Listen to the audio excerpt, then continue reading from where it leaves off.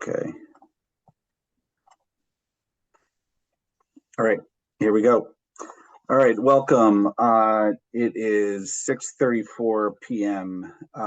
This is the Scituate Diversity, Equity, and Inclusion Committee, Wednesday, March 22nd, 2023. We are still remote due to the COVID-19, the declaration of a public health emergency that Governor Baker had originally declared, and the related emergency executive order dated March 12th, 2020 was extended through the end of this month, so through March 31st, 2023. This meeting will be recorded by Scituate Community Television and can be viewed live on Scituate Community Television Facebook Live. The recorded meeting will be available the following day on Comcast Channel 9 and YouTube Scituate Community Television. All right, our committee's commitment statement, I will read. This is a safe, secure space for all people, especially people of color, and for all underrepresented people and communities. This is a space where people can bring up challenges and questions without fear. We will assume best intentions and we will treat one another with politeness and respect at all times. This committee is dedicated to these standards. We want our members and others joining our meetings to feel welcomed and respected. Okay, I would like to call the meeting to order. Do I have a second? I'll second. Thank you. I will call the roll. Ms. Dre? Yes. Ms. Gulata? Yes. Ms. Swope? Yes. And Ms. Risha? Yes. And I'm a yes. Okay. All right. Let's see. Thank you, Celia, for doing the minutes. If I could only find them. I do have them somewhere. Oh, they were underneath. All right. Does anyone have any comments on the minutes that if you've had a chance to review? I don't think I did.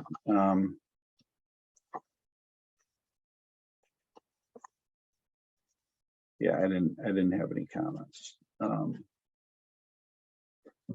right, I will move to accept the minutes. Do I have a second? I second. Okay, Ms. Dre, Yes. Ms. Gulata, Yes. Ms. Swope, Yes. Ms. Risha, Yes. and I am a yes. All right, excellent. All right. Tom, sorry, yes. for the sake of today, I've just started to take the minutes for now, but I'm not committing to the secretary role, but I'm doing today's. You're the best. Thank you. Thank you. It could be a nice initiation for our new committee member. Maybe she's watching right now and she's submitting her resignation. So for those of you that weren't on, I think most of us were on our little preamble before we started recording. We are going to have a new committee member. Help me out. Her name is Christina Gilberti, I believe, right? And she works at the Scituate Town Library. So very excited. I just got it this afternoon and I forwarded it to everyone. So I'll get it. So I have her email address. So I'll send her a note and send her, you know, recent agendas. Same thing I did for, I'm not firing on all cylinders today, obviously, for our last new committee member, who I cannot remember her name. Lillian? Yes. Yeah, yes. Lillian, right. Yeah, Lillian Cruz. I was gonna say me, but I guess I've been on this committee for like a year now, so Yeah, you've been around at this point, so I'm flying. yeah. And so that's exciting. All right, so I mean, in terms of liaison reports, Jamil sent his apologies. He cannot make it and Maura is traveling for work. Let's see. I do want to read just a snippet of what Jamil sent. He's busy as always. So his lit teams, they did a number of things during Women's History Month, are doing a number of things during Women's History Month. The lit podcast continues to go. I keep getting notices on my phone every time they release a new podcast. I need to do a better job of listening to them. And apparently they had some St. Patrick's Day themed content as well. They've done 3 of 4 installations for the lit bedtime stories, and I think they had another one last night. So there's only one more. Did some of you guys do it? No, I think No, I a saw. couple of us volunteered to, Okay, whenever the next round is. okay, yeah, because I saw that. So that's great. And then he mentioned his equity audit will be infused with the overall strategic plan, he said, which was always the plan. So for those of us, and it is probably just me that has children in the Scituate Public Schools right now, there have been a number of communications. I forget the tool that they use, but they use a tool where you can go in and, I mean, it's a kind of like an interactive survey, and you can see anonymously, you have to answer a couple of questions, and it's on all different topics throughout the schools, and you can go ahead and, you know, put in various things, and then you can vote on their importance and so on. It's a pretty cool tool. So I think that's what he's referring to there. I guess a couple other things that, you know, may or may not impact some of the work that we do. And Bob, you might know some of the specifics around this a little bit more than myself, but Maura announced last meeting, I think, that there's going to be one opening on the select board. That I believe is a May vote.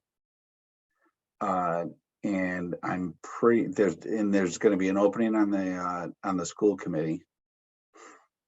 But I think there's going to be 3 contested races on the school committee, is my understanding.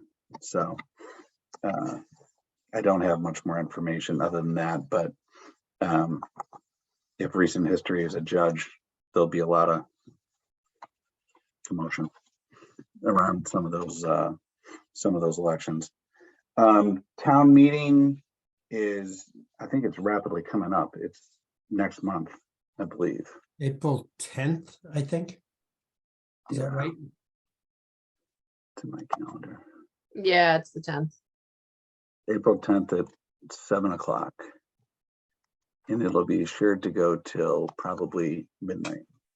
So anyways, always fun. All right. Does anyone else want to chime in on any community-oriented things that they like to touch on? Celia. Sorry, go ahead, Angela. Well, I just wanted to say that the next lit conversation is April 4th, and it will be a conversation with all 3 sister cities. So we thought it would be a good opportunity for, you know, each sister city to talk about their goals, what they've done, what they look forward to doing in the future. So that's exciting. That's at 6 p.m. at the library. So the lit conversations, for everyone that knows, it's with the Scituate Town Library, Lit and Stride. So they're the host, and Jamil will be the host, but we'll be there on April 4th. April 4th. 6 o'clock, you said? 6 to 7:30 in the community room at the library. Okay. Excellent. Celia? Yeah, my comment was actually going to be about the schools. I had a chance to flip through the presentation. I think it was the equity audit that Jamil had shared with us, or that you did, Tom, from the school committee presentation. Yeah. And one thing in particular stood out at me, and this is more of like a strategic direction that I have found a lot of firms and companies and municipalities have started to take, and that is that with the feedback, whoever conducted it gathered from the town and whoever was surveyed or spoken to, there were qualitative comments incorporated into the presentation that I found quite offensive. Basically voicing concern and being against anything, you know, DEI in the town, in the schools. But there was nothing in regards to comments in support of DEI or the work being done. So I have been noticing that it's, I'll just admit, Natasha, that it creates a one-sided conversation, and it makes it seem like the entire audience or sample size is against something when we're only showing one view. And I feel like the media is doing this too, and it's only furthering this dynamic between various communities, and it's not helpful. And I would have personally liked to see the other, you know, because there were maybe like what, 5 or 6 comments on this, on that particular slide. That's 5 or 6 people. You know, there are countless other people who do support this type of work. And when we only present one side of the stories, whether it's a consultant or somebody else, it's really skewing the audience's views, who's absorbing the presentation and then commenting on it, maybe even the school board's views, you know, if that's the only qualitative information they're really diving into. So I think I wanted to flag that concern, since we've talked a lot about, after meeting with the various town departments, I found like one core theme is communicating all the good, some of the good stuff the town is doing around these issues already. And so if we only give voice to a very loud minority of folks who feel one kind of way, I mean, that in itself is not equitable. And so I was very disappointed with how that was presented personally, not having been at that meeting, but having read. Did everyone have a chance to see those? Yeah, I saw it, and I don't know if I read it through every, it was quite extensive, but I do know what Celia's referencing. I definitely read. It's hard to read through that and not like read those comments, which I feel like is unfortunate, right? Because there was probably a lot of other good data in there, but that really takes the cake in terms of like drawing attention to. You can all see my screen. Yeah. Yeah, this is what I'm assuming Celia was referring to. And yeah, it's I totally agree with everything you said. It was pretty infuriating. I don't know. It's the vocal minority, I hope. It's, and then it's also just like you said with the media in a lot of respects, it's, if it bleeds, it leads. You know, and it gets eyeballs because, you know, what goes viral on Twitter? It's school board fights about CRT.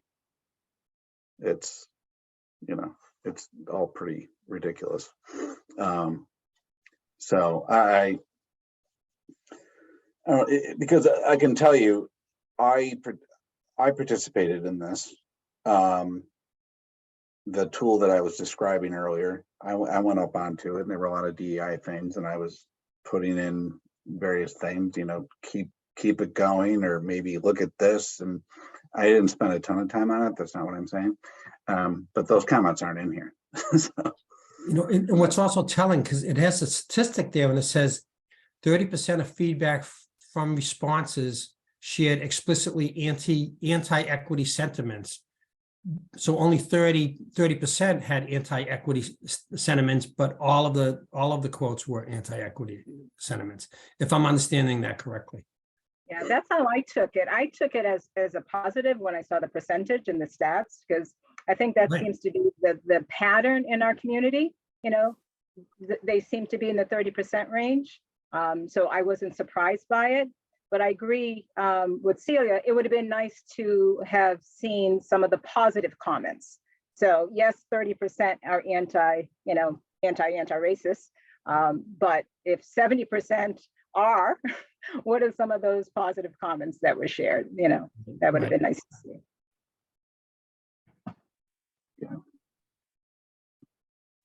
And I'm not sure what level of detail outside of, I mean, this was presented in not the entire 100 slides, but this was presented in a decent portion of a school committee meeting. I'm honestly not sure in subsequent meetings. I haven't looked lately, to be honest, in the last, let's say, 6 weeks, to see if they've dove in any further on it. But that this is something that you know, Jamil can certainly opine on, because I'm sure he's gone over the entire thing with a fine-tooth comb. So, but thanks for bringing that up. Let's see. Anything else? And welcome, Natasha. Anything else community-based? Anything else? Actually, I was going to mention quickly. You just reminded me, Natasha, because I saw you at this event. Natasha and I don't know how many people were in the room, maybe 30 odd people were in the room ish. Suicide prevention training that was held at the town library in the community room where they hold a lot of these types of events. I think it was, you know, probably reasonably close to what they did. They hold that for all town employees, Bob? Yeah, I mean, we offered it to all town employees. We didn't mandate it, but we offered it and encouraged it. And I sent an email to all department heads, really, you know, encouraging them to release their staff to attend. And we had about 30 participants of town employees. So it was great. You know, I had mentioned previously that Anne-Marie Galvin from FACS and Erica Soros, the social worker, and myself, we've been meeting pretty regularly to try to, you know, coordinate some various trainings for staff on a regular basis, but voluntary trainings that would be somewhat outside the scope of their work. And so that was the first effort, was the suicide prevention one. And it was a great response, and it was well done, I thought. And just a lot of positive feedback from staff. And they said for the town portion that they did, that they were really pleased with how many people showed up, even though it was like maybe 30 people. That is a really hard topic and people don't tend to come out for it. So that was a good turnout compared to other trainings that they've tried to do. So I thought that was good to know. And it was informative. I particularly liked that they could share local resources like Scituate resources and talk about what was available to us, you know, in an immediate kind of way to help people and to work through potential issues. So that part for me was particularly helpful. Yeah, Erica Soros was there, Anne-Marie Galvin, and Lieutenant O'Shea. They were all there. Yeah, and our goal is to make that a recurring training. So we're looking to do it every year for town employees.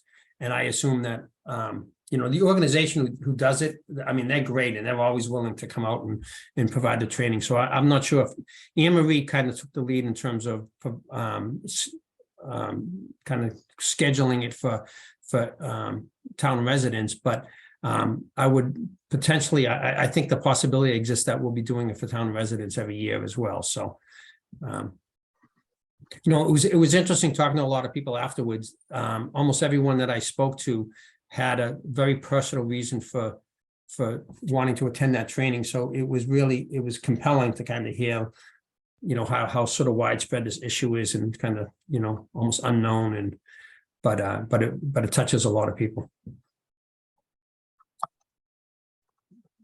Okay, stop sharing my screen. Tom, Okay. before we move on to, Yeah. public comment, I thought of one other thing since you mentioned the annual town meeting is coming up. Since Natasha popped up on the screen, I just thought of you when I saw the warrant on, what is it, hold on, let me read it, overnight recreational parking, and just the work that you had done on that. I don't know if you wanted to say anything about it or if that language was reflective of the input you had shared with us, which I thought was great. So I actually haven't had a chance to look Oh, at the sorry. warrant yet. But yeah, I totally plan to do that, and hopefully it is reflective, because that's what they told me it would be. So yeah. Yeah, it does say the bylaw would not prohibit unhoused individuals from sleeping outdoors on public property when no alternative shelter is available to them. So I just noticed that clause. Yeah. So I think that, I mean, that to me, having not read the whole thing, obviously sounds like that's making that provision that we were concerned about. So I do feel that, as well as, you know, what the police chief said of like, this is our opportunity to fix that inadvertent situation that arose from the previous wording. So I think that should cover that issue. But I will look at it more closely and make sure that everything we're worried about is covered in there. That's good. I think they just, I don't know. I mean, they just didn't consult the right people, you know, the first time around. Yeah, I think they just tried to rush it through. They wanted it for the summer, you know, and just didn't think about the whole picture. I don't think it was intentional at all from anything I heard. Right. Right. Okay, excellent. All right. Well, we can revisit any of these topics as we kind of move forward here. I don't see any public comment.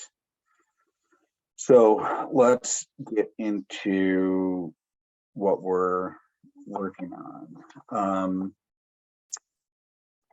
Celia, you sent over, and I've also kind of re-reviewed because I don't know that we ever went through there was a draft that I think Ruth sent out in January, and I'm not on Scituate Police. Maybe we did, and I'm sorry if we went over it. So Celia, do you want to walk us through the DPW meeting summary? Sure. Sorry, let me just. Actually, let me interrupt you quick. Yeah. So Elena has sent out that template, right? And I did take a stab at it, and I'll put it up on the screen later for social services and facts and so on. It's got a heavy social services bent to it, and I literally just did it today. So it's one slide, but I think, can we agree that the objective in kind of going through these departments is to, you know, then get them onto a slide, right? I think that's what we discussed last time, so that we can then get in front of the select board and present our latest findings and recommendations, hopefully. Okay, I see a lot of nodding. All right, Celia, go. All right. Don't mind me. I'm looking at another screen reading. So just say something to stop me. And Bob did a lot of work on this. So Bob, please chime in. So we broke it down almost like how Elena had broken down the slides too. So we could just copy and paste and maybe condense a little bit. And sorry if this is repetitive from last time. But starting with, you know, a couple highlights that we'd want to share with the select board and others. The first being that DPW and its workforce showcase another element of equity for the town, and that's keeping in mind blue collar and service workers. And then the second highlight is just that the DPW director and deputy director are, I think, good examples to their colleagues and peers about having an inclusive mindset and being open to trying new things and conversations. I think that was clear to us in our meeting with them and in follow-up conversations and any questions we had. They were incredibly open. Bob, anything else to highlight before the takeaways? No, I think that covers this here. Okay. In terms of the takeaways / this bleeds into potential recommendations. The first one we mentioned at last meeting was in regards to, you know, having the town feel more welcoming. Is we have to think about the perception and how do we communicate regularly and make a link between projects and services, especially those that we put on and fund, to their impact. So for example, when the town spends money on you know, creating sidewalks versus paving, you know, there's actually an equity lens to that. So folks who are not able-bodied or folks using a stroller or a wheelchair, et cetera, have accessible walkways. So thinking about accessibility. So that's the impact of that project. So how do we communicate that better? And then the second piece too that Bob had highlighted was the DPW page on this website, for example, is pretty informative regarding the department policies, but there could be an improvement there in terms of paving schedules. So I know for now, for me, I just get like imminent, paving schedules when, a certain street is being done and the date and time. But a part of this came up in our meeting with them because certain residents have in the past expressed concerns to them directly or others at the town that, why are they paving the street in this neighborhood versus the other neighborhood? Are there reasons behind it? Is it because it's a more affluent part of town or others? And what we learned in the meeting is actually there's a very intense and intentional system built into why DPW paves certain roads first based on other work that has to be done, the current, state of that road and all sorts of factors that maybe residents aren't completely aware of. So when you're not aware, you form your own conclusions. So to put that out there. And so it led us to ask, is there a communication strategy for the town? What would the added benefits of a strategy be? Would that help attract new town employees, residents, consumers, et cetera, like showing that, town services are equitably distributed? And then how can we find a way to regularly communicate about DPW services that doesn't require people to do a deep dive on the website? The second takeaway for us / recommendation is, and this is one that is across all departments, obviously, that DPW faces hiring and retention challenges, but theirs are actually made more acute by necessary certifications and trainings for certain roles that aren't required in other departments. So one overarching question is, what can each department learn from each other? So in the, one example is the police department is 33% female, whereas DPW does not have, I don't know how many, I don't want to speak out of school, but they don't have that percentage of female staff. So what could they learn from a fellow department? Could they consider additional outreach to various populations like Scituate High School students, METCO, VOTEC schools across the state? And do we need to dedicate more resources in-house to training and support for employees to attain those necessary certifications and licenses? And then finally, this is another overarching one, is DPW staff, like all town employees, could benefit from the unconscious bias training, especially given their high level of interaction with town residents and their visibility. I'll stop there. Bob, anything else to add on the takeaways? No, that was great, Celia. I think you caught everything. Okay. And Is then the number 3, the unconscious bias, is that, can we assume that that's going to be covered by the implicit bias toward training? Yeah, the April 28th one, yeah, well, Yeah. right. Okay. And All right. then a couple pieces in terms of opportunities for more DEI type work or questions that we just didn't have time to really get answered with them, is we would like a follow-up with both Kevin and then Nancy Holt, who's the town's procurement director, just to get a little more information on the spending process and what resources would the town need to make more inclusive procurement decisions.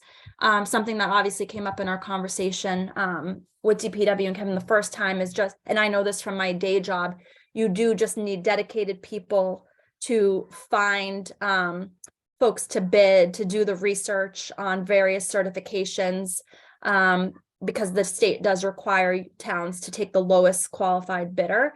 And often if you're looking at a smaller type firm, their prices are at least 10% more than others. So you're, what else could you do? And a way to do that is to break up contracts. So it's not like one large, let's say $5 million contract.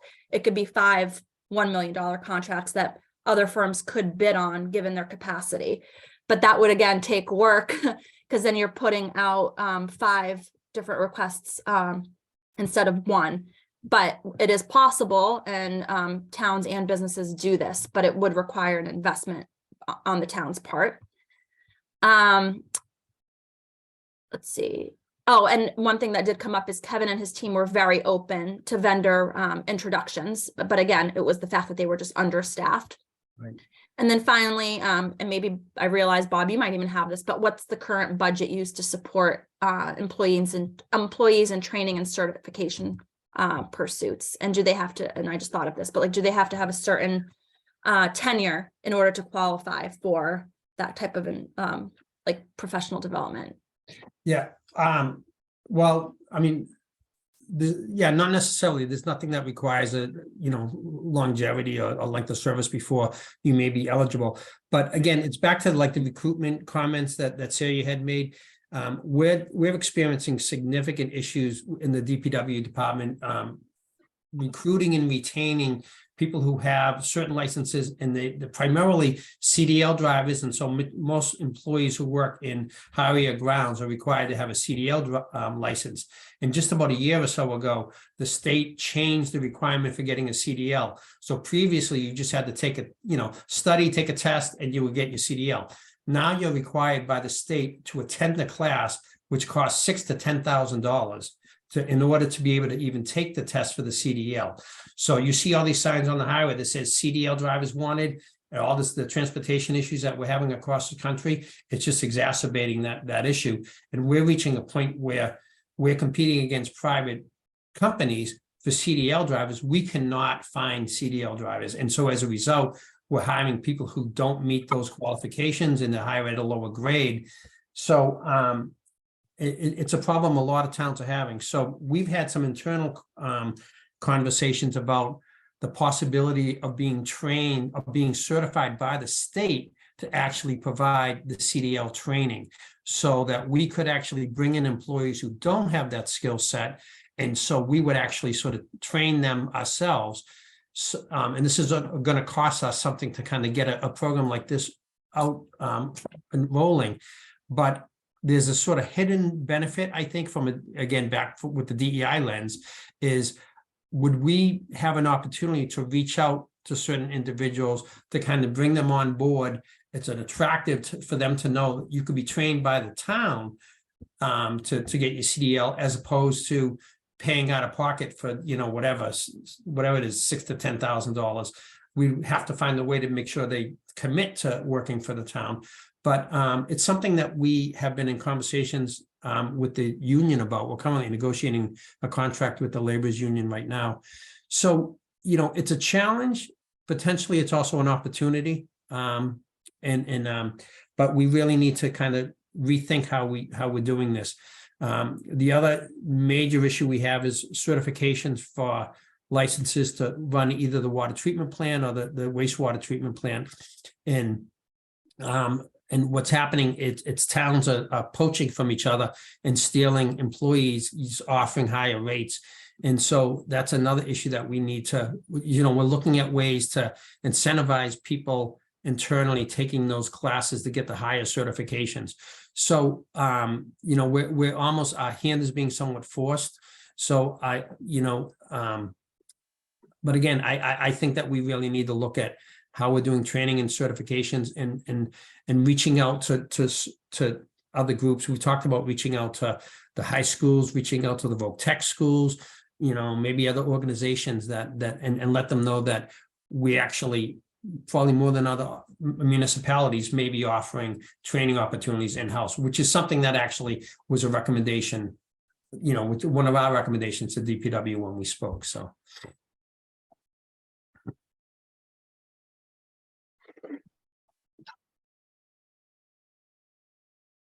I think that's it for us, Tom.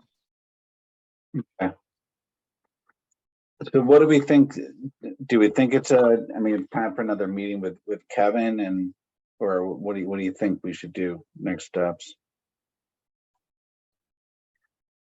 It's a tough question, I know. It sounds like it sounds like you have your hands full, Bob. The DPW does. there's a lot of competing forces there. Kind of like.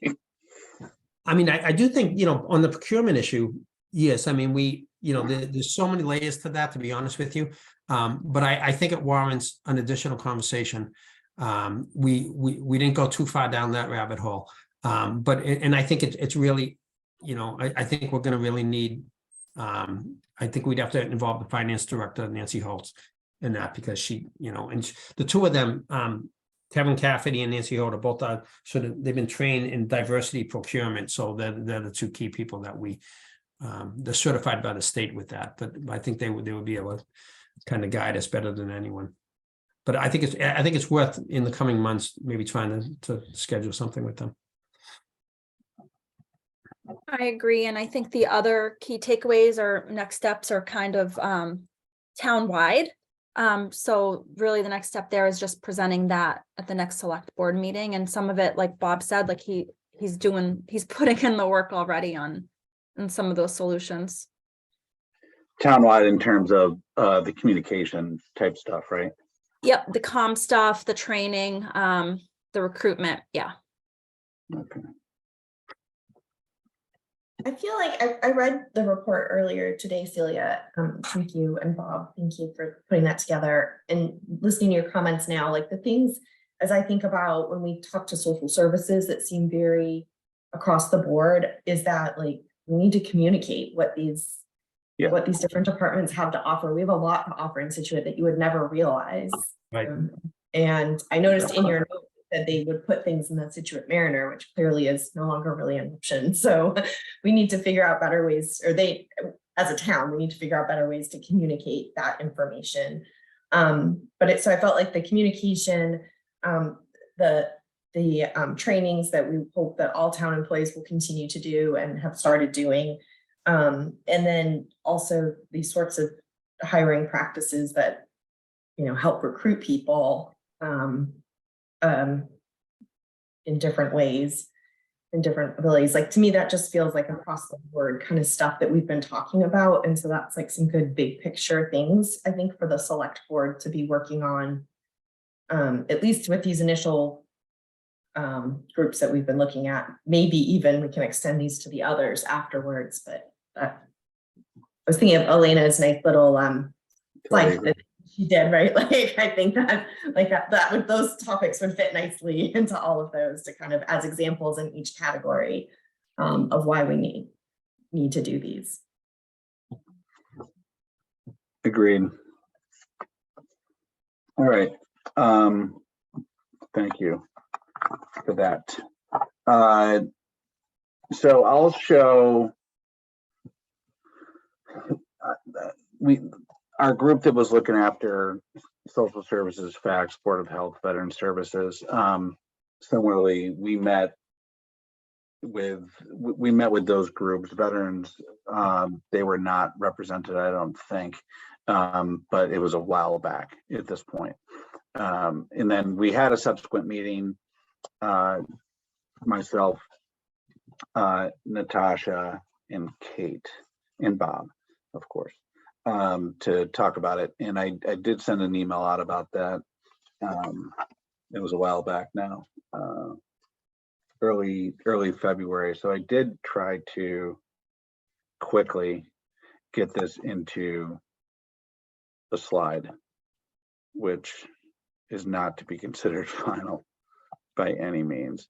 I tweaked a little bit of, I think Elena's had, three key areas, key takeaways, then highlights, then opportunities for further DEI work. I took takeaways and highlights, smushed them together, and then I have recommendations, which WIP is work in progress because I typed that up very quickly about an hour and a half ago. So anyways, please chime in. Again, social services, I keep coming back to personally, our discussion, the various discussions that we've had, both when we talked to her over Zoom a while back, and then subsequent information that different people on the committee have been able to bring forward. Erica's still, and Bob, you may have more information as to the social services grant. I know there's been discussion about maybe hiring a part-time resource and so forth, but the most recent information I have is that she has in the vicinity of 40 clients at any one time. Also, the thing that really raised my eyebrows, and I think I maybe even tapped Natasha because she was sitting across from me at the suicide prevention training, was that one of the things that Lieutenant O'Shea said is that 80% of the calls that come into the Scituate Police Department have a mental health component, which that blew my mind. We all hear about this, right? That, oh, should there be new ways of policing and so forth? But that's a big number, and Erica is one person. So I don't know how she functions. I mean, that's a lot, in addition to the other aspects of her job. Right. Can I ask just a quick clarifying question? And this is probably getting into the details. When you say about like current calls, are those like calls to who exactly? Or are those like 911 calls or? I believe they're 911 calls. Those but are the 911 calls, in Yeah, which what is people it? are calling the police department looking for help, and they are mental health issues that somebody's having that they need help with. Be it they asking for, usually probably asking for an ambulance, but sometimes police intervention. Okay, thank you. Yeah, I just didn't know if they were like calling the police station, calling the town, but that's helpful. Thank you. I think they just No. don't know what to do in that moment, and it's a crisis, so they call 911 and they just hope someone will come and help them. And I also wouldn't be surprised. I mean, I think particularly with police calls, I think that there's a lot of frequent flyers. And so, there may be people that they get a couple calls a week on and they're known to have mental health issues. And so I think that probably, certainly skews the numbers, but and I can guarantee there's no way that 80% of all 911 calls are being referred to Erica. I think, it's just, I guess the individuals who accepting or willing or seeking out assistance. But when I talked to Erica, she said that the vast majority of her clients are still referred by the police department. But again, that's not her only referral source. Just to say, we actually did through that grant. It's a regional grant through DPH that is it's actually administered by Cohasset, but it's shared between Cohasset, Scituate, and Hingham, and they actually did dedicate some of that money that's referenced here to a part-time case manager. And I think that the majority of that person's time will probably be dedicated to working in Scituate. So I don't think they've filled it yet, but I think they're in the process of posting it. So that was good news. And when I talked to Erica, she really felt like that was what she needed more than anything else. I mean, so much of the work that she's doing is not clinical in nature. It's more, case management, paperwork, that type of thing that could probably be done by someone who isn't as highly trained as she is. So that was good to hear that they're moving ahead with that. Okay. Yeah, I mean, it obviously struck me, and I'm sure the Scituate Police Department and the fire department, I'm sure they have a heck of a lot more training than I do in responding and dealing with people that are in a mental health crisis, but that's only part of their training, right? And they don't have the licenses that an Erica would have. So I am still intrigued by, some of the things that I've read in Hingham and other towns that have brought on, full-time mental health, social services type people and permanently embedded them in those departments. So. Yeah, I mean, I think they're actually going on calls with officers to the houses as opposed to, Okay. Erica just serves as a kind of referral source. That directing people to see Erica. Right. And Bob, a follow-up question to that, in terms of like mental health support for town employees, do folks also just go to Erica if they're a town employee, or is that for residents? No, it was just for residents. I mean, if we have an EAP program, All One Health, who is the same group that actually is doing the anti-bias, implicit bias training. But I guess if someone was a Scituate resident and they chose to seek services from Erica, they may look to do that. And I'm not I'm not sure if that happens. I assume it may. I mean, I wouldn't even ask Erica if it happens or not, you know, like EAP, it's confidential. But you know, if I make a referral to it for an employee in my HR role, it would be to EAP. Not Erica. Okay. So we're thinking residents, if there was an issue, you would reach out to whoever your healthcare provider is and see what services they can offer, right? Right, Is that right. okay? Right. Okay. All right. So would a Um, potential, not to jump too far ahead, Tom, but No, would a no, go ahead. potential recommendation, just building off, you know, your comment that Erica seems very under resourced, even with this additional part-time person who is grant funded. So I also don't know the term of that grant. But would that be a recommendation down the road after maybe another conversation with the police department? If that would be a welcome addition to have someone that would go on calls, I don't know. Yeah, that's kind of where I'm going. Yeah, just because I feel like this issue is not going away. Not going to go away. No. Yeah, I mean, I had a conversation with Eric. I meet with this somewhat regularly, and I was asking her particularly around capacity and workload. And I asked that question, if you know, we were talking about this particular position, and she said that if she had that part-time case manager, which it looks like she may get, she feels like she would be okay, like she would be able to handle that, you know, her current workload. Now, but I think the idea of having an embedded social worker in the police department is an entirely different realm, and she said it's very much outside of what she has done. So That's more of a question for SPD. yeah, right. Okay. All right. So, I mean, more research there, but those are discussions that we should be able to have, I would think. The next bullet under, well, actually, let's go up for a sec. So this falls under what you were touching on, Natasha, when you go up to the second bullet under takeaways and highlights, right? So gathering information. I saw that, you know, Weymouth has rolled out this, you know, kind of assessment, and they're encouraging people in the town to fill it out so that if public safety needs to come to their house or some type of a service like that, they can go somewhere and say, okay, here's the situation. You know, there's 4 people in this residence, and there's an elderly person and someone, you know, afflicted with A, B, or C.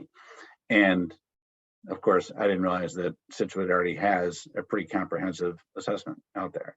And there's a link here in what I sent out. So then the question becomes, it comes back to communication. So how many residents are aware of it, and how many households have actually filled it out? Because I haven't. So, Didn't know that existed. yeah.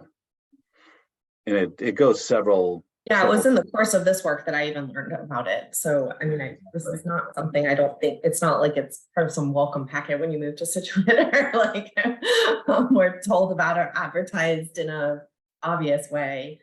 So And it makes a lot of sense. And for me, with a kid with special needs, like, it's important I fill that out, because if you come to my house, you need to know how to handle him, right? What you're walking into.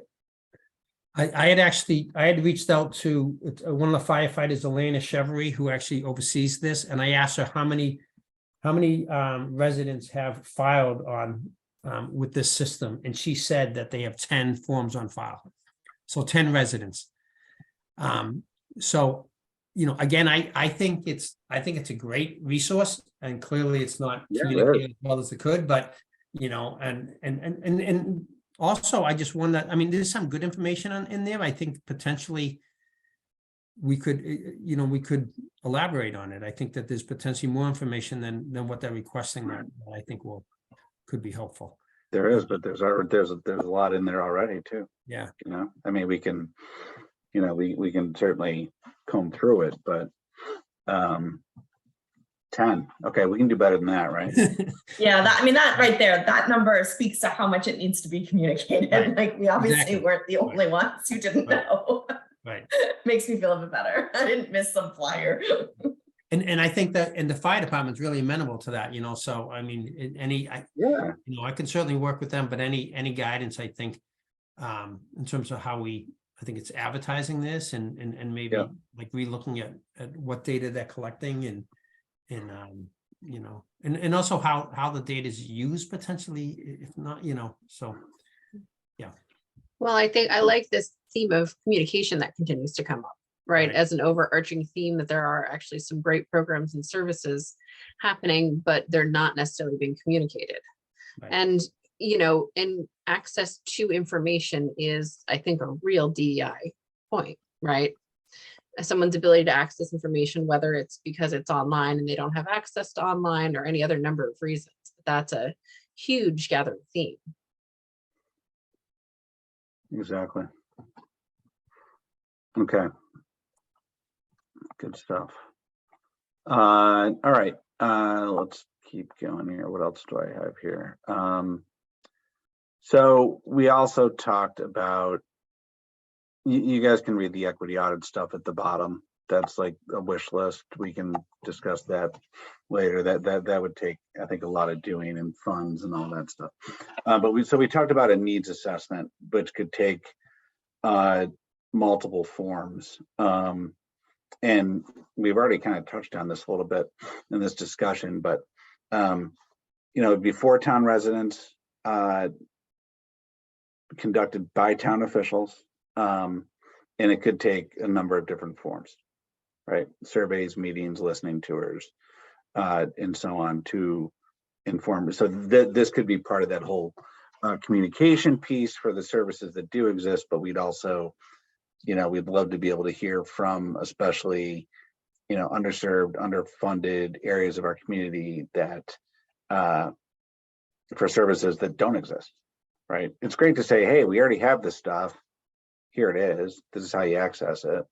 But we don't know what we don't know in terms of, I don't know what I don't know as far as the services that I need. I know how to get a transfer station sticker and a beach sticker. I'm pretty good, as far as that's concerned, but I don't need much else. Tom, the form that you mentioned that's on file, is that available just in English? What information, documents, and forms are available, and are there, what would a resident that English is not their first language, how would they be assisted? Can you see this? Mhm. So I don't know, but I'm going to the bottom and I'm going to Yeah, pull.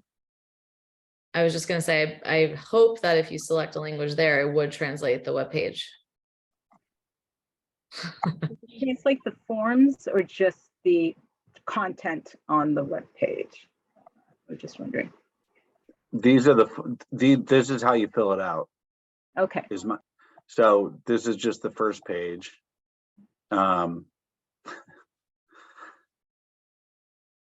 Everything's translated, but I'm not a robot. Yeah, I know. So I would have to fill out, I believe I would have to fill, that's the only part I could do.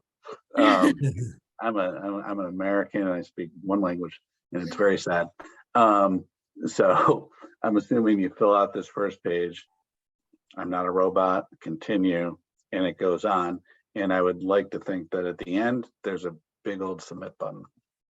There is. So I have filled this out. And so, yeah, you keep going through the pages and it's all on the Scituate website. So I would assume that once you've translated it into your language, like that would continue along after you're not a robot. Great. I also, like Tom, I'm an American who speaks one language. So. I mean, I think if you choose a different language on the Google Translate function on the bottom, I think it then defaults to that language every time you log back onto that page. Great. I mean, I could be wrong, but I believe that's what I realized last time I looked at it. So the next time we meet, we should have 17 or 18 submissions as opposed to 10, right? Okay. Where was I? Well, actually, let me keep sharing and I'll go back to the deck. I think I was pretty much done with that. Yeah, so I mean, look, the slide's a work in progress, but I think it's getting there. So you know, for this team, right? Natasha, Kate, myself, Bob, we can continue to, you know, kind of tweak this as always, you know, no pride in authorship. So if people want to jump in on this and we can, you know, shoot the deck around, that's fine, or the slide. So I just put it in the back and I sent Elena a copy right before this meeting. So. All right. Maybe a quick, Anything, Tom, go sorry. ahead. Sorry, I don't know why I waited for such a pause before. But are we thinking that we want to have, because I know we mentioned for DPW, like Celia and Bob, like you might want to have another meeting to kind of talk through some of the, let's call it a report, right, that you put together. No, we don't want to do that. I thought we said we wanted. No, sorry, yes, but that shouldn't hold up presenting what we currently have. Yeah, exactly where I was going. Okay, yeah. So I guess the next step would be you would maybe put what you have into a slide format. And I think like the template has one slide per department, but like it can be more, obviously. Yeah. I mean, this is going to end up being two, I would think, you know, depending on, and yeah, whatever. And we don't have to present all three at the same time either. I mean, Maura and the rest of the select board, they've been great about, if we want a slot, they'll give us a slot. Even if we don't have, it'd be great to have, you know, a handful of recommendations, but for some of the departments, if it's just key takeaways, highlights, and opportunities, we don't have recommendations, that's fine. We can still present it and kind of get people thinking and answer questions and so on.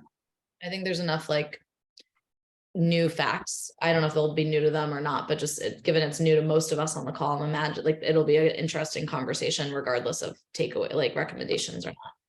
Yeah. I was going to just bring up for the police department, because I believe that Angela and Ruth, I think, were handling that. And Angela, I don't know if it would be helpful to take the report that you both, I am happy to like try to take that and put it into a slide just to help out a little bit, because I know Ruth's not working on this stuff anymore, if that's helpful for you. Yeah, I'm going to go back through that report and some other notes that we had. Okay. But yeah, I'll definitely reach out to you because. Yeah, if you need anything. Thanks. And I was originally supposed to be on that team. I just couldn't attend that meeting. I have like a work conflict, so I'm happy to get involved in that too. So anything you need on that. All right. I know we're getting towards, well, yeah, we're already past 7:30. Does anybody have anything else that they would like to discuss? Okay, we'll keep it on time. So hopefully, you know, what the next meeting is April 18th. So that'll be a week after the town meeting. Hopefully the town meeting will be over by then. They will have 8 days to conduct their business. That's a joke. Yeah, so we'll hopefully have plenty to discuss, and hopefully as a goal, we can have a couple of these departments like pretty wrapped up. We can vote on going forward with getting a date with Maura at a select board meeting late April or early May. Sound doable? Okay, cool. Quick question. Are we, the ability to have virtual meetings, is that expiring soon? Thank you for bringing that up. So I feel like it might be expiring pretty soon. Maybe the next time might be in person, Oh, wow. or well, the hang on. following, maybe May. It is supposed to expire at the end of this month. Thank you for bringing that up. There has been, Angela, were you on the email? I forget, there was an email that went around in the last month that Yeah, I sent it, I think, to you, Tom. The state's trying to expand the date. Governor Healy's trying to push it Yeah. out like 2 more years. Oh, wow. Wow. Yeah. Push out the the emergency status of the To pandemic. basically status? just enable like town meetings to have the option to be virtual. Okay. But I'm a little worried, Bob, that you're not aware of this. So I'll keep you posted. If anybody else sees anything on this, I'm not going to Google it right now, but there's information out there. I'd be surprised if it doesn't get extended or they just enact something completely different. I mean, it wouldn't be an emergency order anymore. I think it would just be, okay, you can choose to have your meetings virtually. So the public health emergency expires on May 11th. May Yes, 11th, not March 31st. There's a couple of things. March 31st, the eviction moratorium expires. So that's a big date. And I thought the meeting one was March or April, but you're right. The sort of overarching declaration of emergency is May 11th. So this may or may not be happening at the same time as that. Okay, Okay. so I found what I sent you, Tom. So the House, their Ways and Means Chair released a budget that included extending pandemic policies and called out an extension of remote town meetings until 2025. So that still has to pass the Senate, like get Healy's signature. So that's TBD, but it's out there in the legislature. Okay. I just don't know where they are with the budget right now. Okay. All right. Well, thank you for bringing that up. I'm going to assume that we're going to continue to meet virtually. And I mean, certainly more will be on top of it as well. So we'll see what happens, but fingers crossed. Fingers crossed. All right. If there's nothing else, I will call for the meeting to be adjourned. Do I have a second? Second. Thank you. Okay, I'll call the roll. Ms. Dre, Yes. Ms. Risha, Yes. Reverend Stewart, Yes. Ms. Swope, Yes. and Ms. Gulata. Yes. And I'm a yes. So it is 7:36 and the meeting is adjourned. Thanks, everybody. Good night, everyone.